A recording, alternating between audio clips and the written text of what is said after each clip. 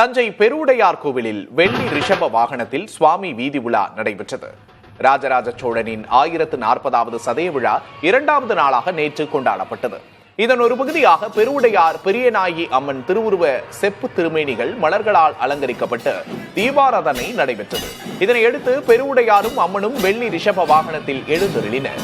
இதில் ஏராளமான பக்தர்கள் கலந்து கொண்டு தரிசனம் செய்தனர்.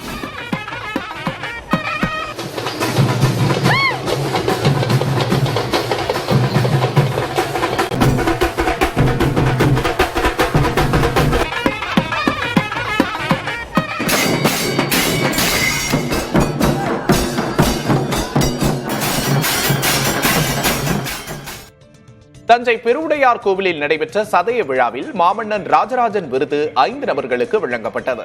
உச்சநீதிமன்ற நீதிபதி மகாதேவன் விருதாளர்களுக்கு விருதுகளை வழங்கி கௌரவித்தார். நாட்டுப்புற கலைஞர் சின்னப்பொண்ணு, தஞ்சை மருத்துவக் கல்லூரியின் முன்னாள் முதல்வர் மருதுரை உள்ளிட்ட 5 பேருக்கு விருது வழங்கப்பட்டது. முன்னதாக நடனம், பட்டிமன்றம், கவியரங்கம் உள்ளிட்ட கலை நிகழ்ச்சிகள் நடைபெற்றன.